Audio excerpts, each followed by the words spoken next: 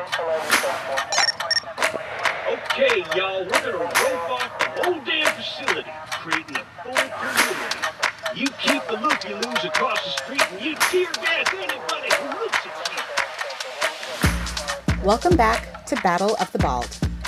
This is our 6th and final episode, The Chemist. The reason that Gavin Hollander wasn't too concerned with sneaking by the police and into Donovan Labs was because he was already there.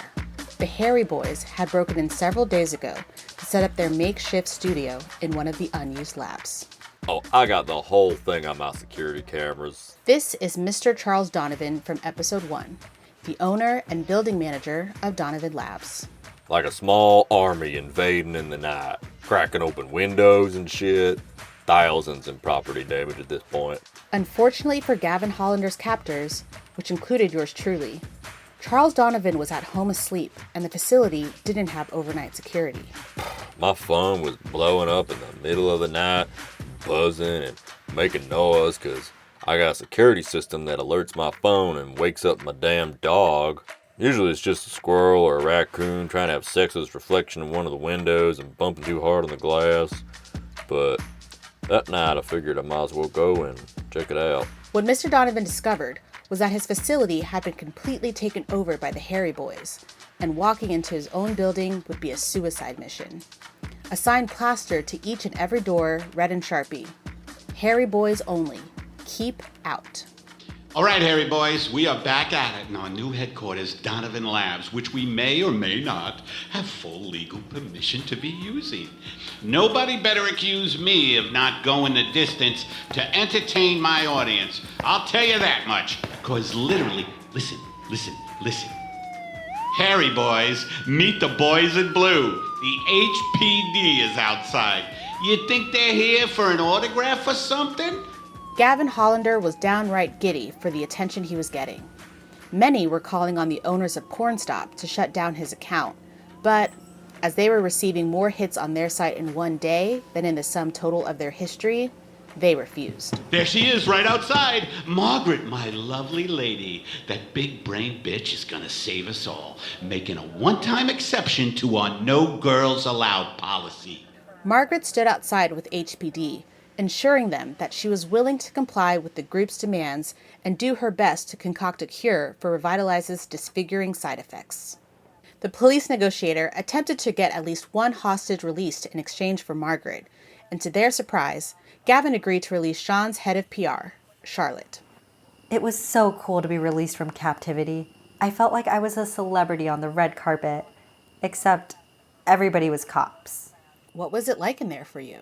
I mean, you were right next to me. They kind of just kept us in a dark little lab room with a couple guards outside. And then there was that thing that happened. Holy shit! Is that a dead human? Yes! Fellas, dinner is served! There were suddenly all these squirrels in the room that just plunged into Donnie's, corpse. And one of them had this little metal helmet on his head with a couple of green lights. I can confirm everything Charlotte is saying here. We were horrified at the sight, but also mystified that we were hearing the voice of an actual squirrel being amplified from a speaker on the table above us. Hey, don't you look at us while we eat. You're making us nervous. Oh my God. Did they give us bath salts or something? Shit. Oh, hey, that squirrel's got a little head on it. Shut your mouth, humans! Ugh, why is there hair in this thing? At the time, I was unaware that one of the other researchers renting space at Donovan was doing research on translating squirrel thoughts into a computerized voice.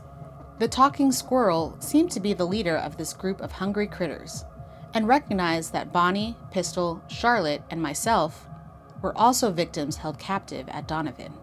So once things settled down, we were told the tale. So, yeah, while Dr. Kevin did give me the gift of language, he only had plans to keep us in cages and profit off of our misery. So we ate them. Been living in the walls ever since. A little bit after the big squirrel speech, the door opened up and they scampered back into the dark. That's when the Harry Boys let me go. And I guess I just tried to, like, repress all my memories of the human-eating, talking squirrel. It was all a little too much to process. More on our new friends later. Margaret, welcome back to your old abode and onto the show. Where's my son?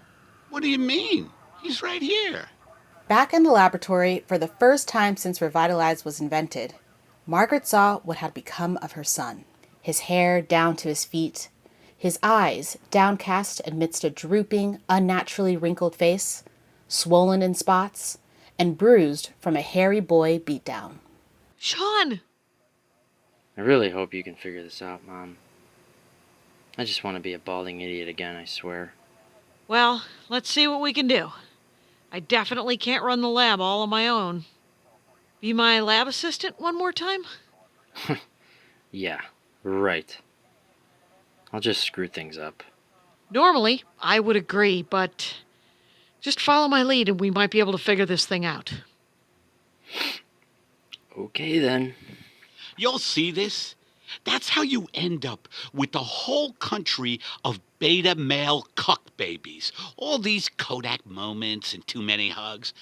My father fed me T-bone steaks before my teeth were done growing in and refused to talk to me for months at a time, making me strong for the brutalities of the real world. Tissue, sir? Never hand me a tissue. That sniffle was from cocaine. Expensive cocaine. All right? Yes, sir. I'm sorry. Yes, sir. Margaret and Sean suited up.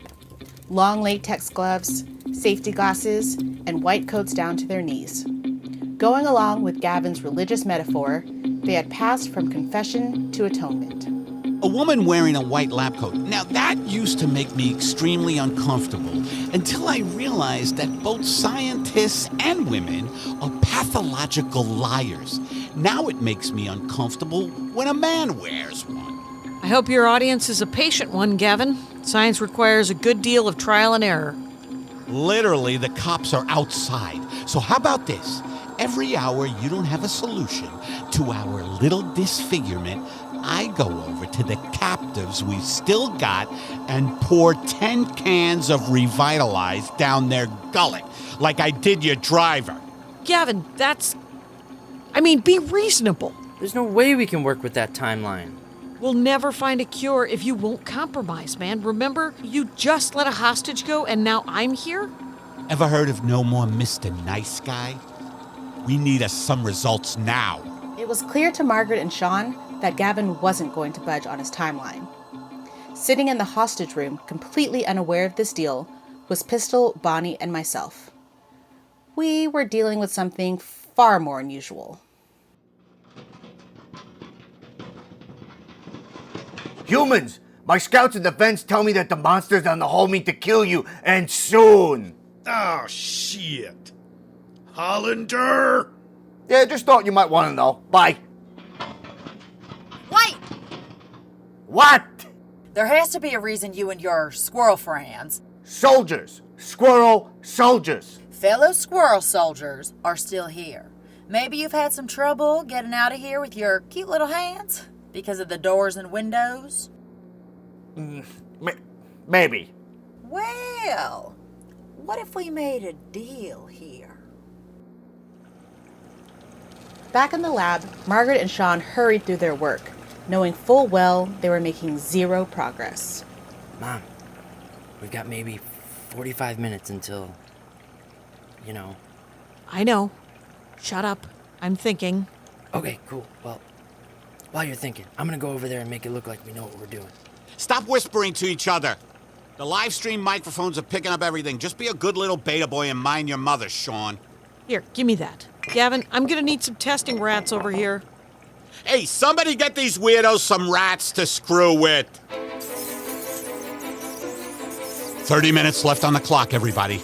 Beakers are being filled up, rats are getting dripped on, and guns are loaded. What's gonna happen next? Stay tuned. But probably a death.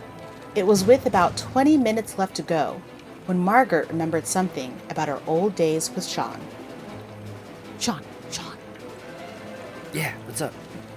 You got something? Do you remember your little concoction? Mom, I think we've established that Revitalize was really your doing. No, not that concoction. The other one.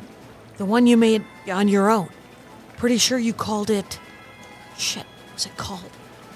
Wait... Formula Zero? Yes, that's the one. Your brain finally turned on and did something. Hey... Wait, I don't get how that would help. It's exactly what we need here. Sean, now listen to me. This is very, very important. Do you remember how you came up with it? What were the ingredients? Nope. Shit, we're running out of time. Talk louder! This is bad live stream content. Apologies to all the boys at home watching on PornStop. These two were not trained content makers. You really don't remember how to make it? That was like forever ago. And you know I wasn't exactly an expert record keeper. I mean, half the time I was just throwing stuff together. Throwing stuff together. All right. Well, maybe do that. What are you talking about? Just follow your instincts. Formula Zero was very unique. Maybe it's in you somewhere. You want me to just start making it? But my instincts have always been terrible. Harry boys, I have no idea what the hell is happening here. Some sort of woo-woo bullshit, possibly. We got 10 minutes left on the clock. Prep one of the hostages. The sister. Get the ugly, bald sister over here. Fucking dick. All right, Sean, come on. You got this. Or rather, you don't got this. You don't got this at all. You're so far off the mark. Your thoughts are completely flawed. But that is your strength. It seems that millionaire playgirl Sean Applewhite has a bit of a self-esteem issue. Pretty pathetic to have problems that not even money can solve. How we doing, Sean? You feeling good about how bad this feels? I think... maybe?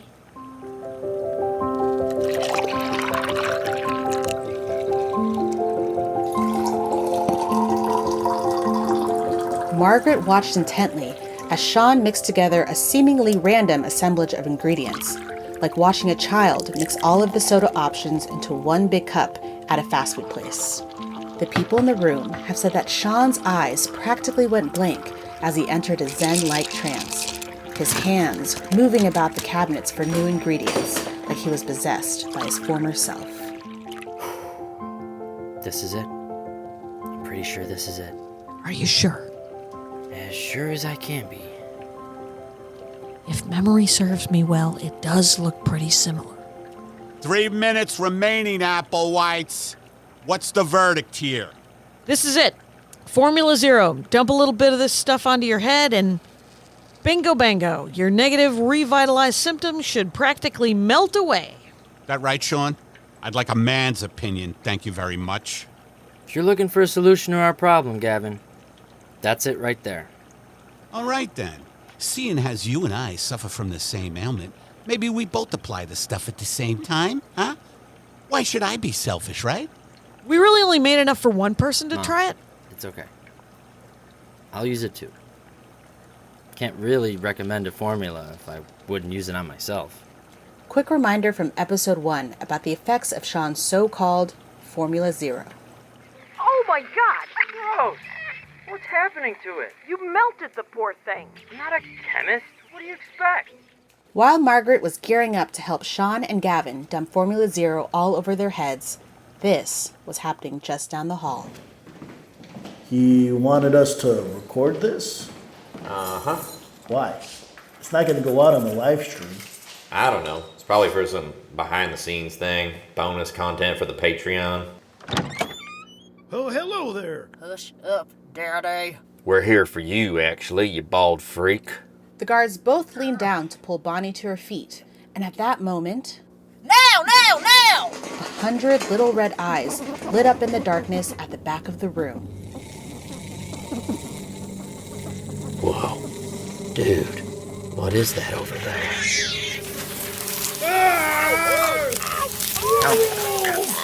Dozens of hungry squirrels leapt onto the guards, sinking their teeth into them wherever they could. Get him! Ow! Get him! We gotta shoot! Oh, fuck! There was no way to prepare for this! But someone had already grabbed the guard's gun.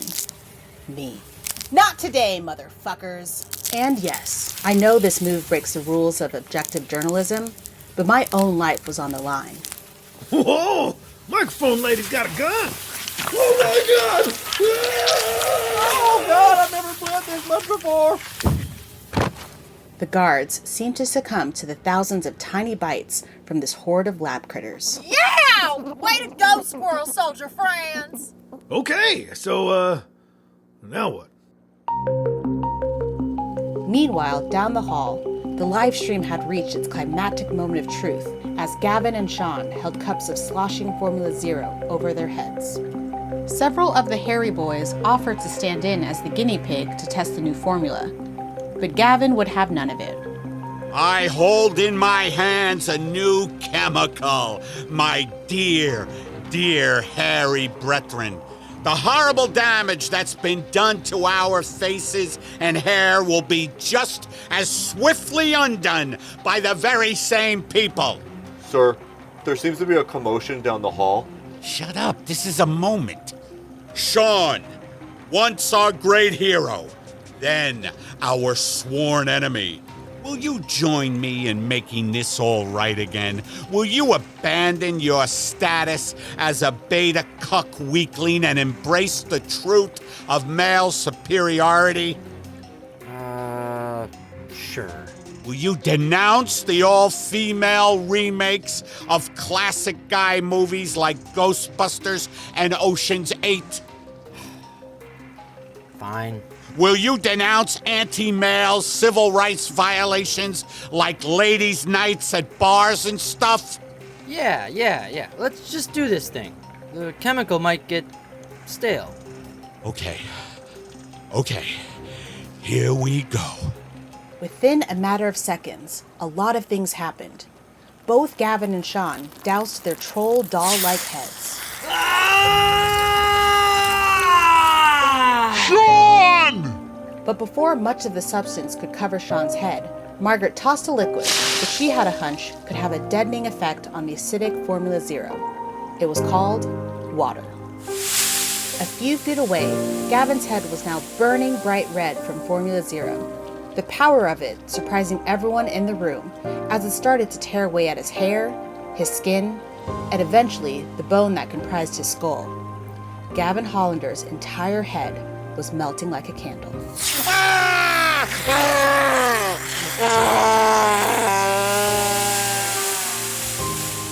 As this was happening, the hallway was erupting into chaos as the army of squirrels flung themselves onto Gavin's remaining men, ripping throats and pulling on their waist-length hair. Pistol, Bonny, and myself ran behind them, having no real need to use the guns we'd stolen. The rodents of Donovan Labs had got their revenge.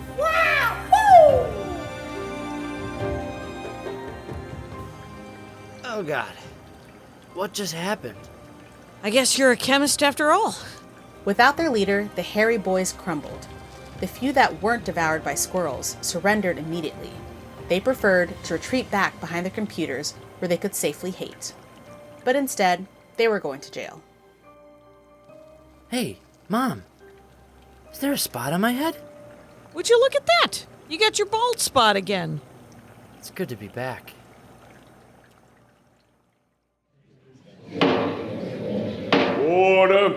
Order, please. I understand we have some celebrity figures here today in our courtroom, but that doesn't mean we can't be civil. After everything they went through, Margaret still sued Sean for millions. When asked how she could go through with it, she said, Well, I love my son, but, consequences, right? Also, I'd really like to go to Maui to work on my new book, The Hidden Brilliance of the Empty Mind, how one mother got her adult son to finally move out. But due to a massive class action lawsuit, it doesn't seem like Margaret will be able to go to Maui anytime soon. In the meantime, Revitalize has been ordered to shut down, its assets now the target of over a dozen various parties. But not everything has been terrible for the old Revitalize gang. For starters, the family of Donnie the driver has received millions of dollars from their GoFundMe page in the wake of Donnie's passing, and Pistol took it upon himself to build a statue of Donnie on his ranch to commemorate his life. Charlotte Dempsey has gone back to work at Whataburger, now the head of their PR department, and has by all accounts been doing really well. I've been doing really well. Working for Whataburger again feels like returning home to a nice, loving family that previously cast me out. It's honestly a shame that Olive Garden has that slogan, because when you're at Whataburger, you're family. Like, even more so. Pornstop has finally agreed to take down the Harry Boys video channel, now that there's no financial incentive. Of course, other men's rights groups have sprung up to fill the void, but so far they're small and relegated to the outskirts of the internet, where they may not be able to expand so quickly. Sean awaits his sentencing under house arrest at his father's ranch. But while stuck there, he's been trying to give back in another way. Hey everybody! So, I started this even newer video haul channel because, I've been a jackass to say the least. I was horrible to my mom. Horrible to everyone in my life, really. Including you.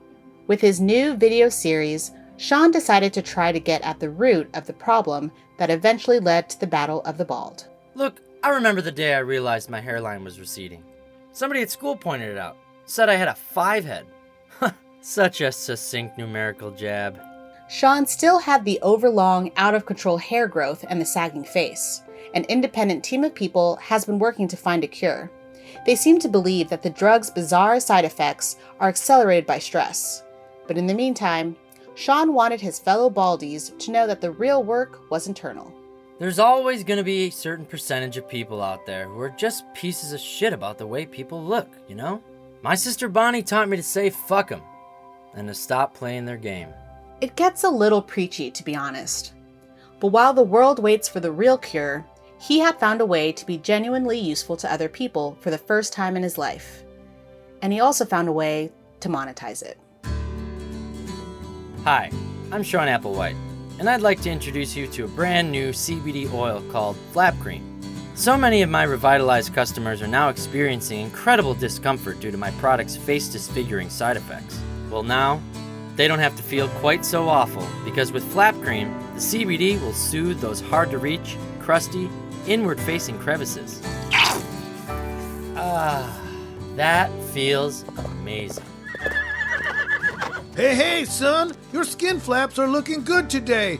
Son, would you like to come do some grenade therapy? I would love to, Pops. If you call right now and order a can of Flap Cream, I'll throw in 1 hour of completely safe grenade therapy with our trained demolition therapists, my father Pistol and sister Bonny. Hey there, World Wide Web. All the proceeds will go directly toward finding a cure for my previous product's unfortunate side effects. Call the number at the bottom of your screen now, and remember to get a little self-loving in your life. So, it remains unclear if Sean really learned anything from his experience. But he might be heading in the right direction. I personally would not recommend purchasing his new Flap Cream, considering his record of deceiving his customers. I feel like I've explained that in pretty thorough detail, but I can't tell you what to do with your money. This has been Battle of the Bald. Thank you for listening. I'll leave you with this fascinating recent episode of Well Howdy Houston. Well, howdy, Houston. Brisket McGraw here. I have no doubt that y'all have heard about the recent series of squirrel attacks that have plagued our beautiful city. But today, we have a super special guest who's the lead investigator on the case, Detective Mann. Welcome to the program, Detective. Thank you. So, how exactly does one investigate a What I would like to say is that the investigation is officially closed. It is? Yes, we have looked high and low for this highly advanced squirrel militia and determined that they have fled the city and will no longer be of any human concern. Oh, well, that's good. But I thought you were investigating this currently. Any further attacks, which appear to be by the unstoppable squirrel army, are merely copycat crimes by foolish humans meant to look like the squirrels. So the matter is officially closed. Right. Excuse me if this is an odd or rude question, Detective, but are you, in fact, not actually a detective, but instead a pile of squirrels operating a dead human corpse? Because you are looking a little purple, and your torso seems to be making a lot of little chirpy sounds. Scatter! Oh my God, gross! The whole body just kind of exploded. Oh, get those squirrels! Get them! Get them! They're taking my car keys! Oh God, get them! Get them! Oh man, I'm gonna be sick.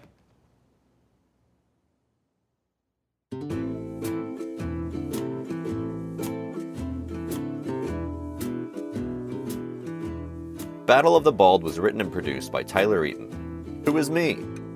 The whole series was safely recorded during quarantine, mostly in people's closets via Zoom, and in the studio at Painecraft Loft. This episode featured voice acting from Rebecca Usoro, Connor Cacciottolo, Jackie Kashian, Eddie Pepitone, Kyle Kinane, Dan Black, Olivia Hill, Shannon D, John Yabes, Alex Rogers, Brandon Raman, and myself. Our thumbnail artwork was done by Ethan Marler. This was the final episode of Battle of the Bald. Thank you so much for listening. I'd really appreciate it if you shared the show with your friends, especially the ones who are bald. And maybe leave us a review to help us bring in more listeners. You know, if you liked it. If you want to find out more about the show, check out tylereaton.net or find us on Instagram at Battle of the Bald.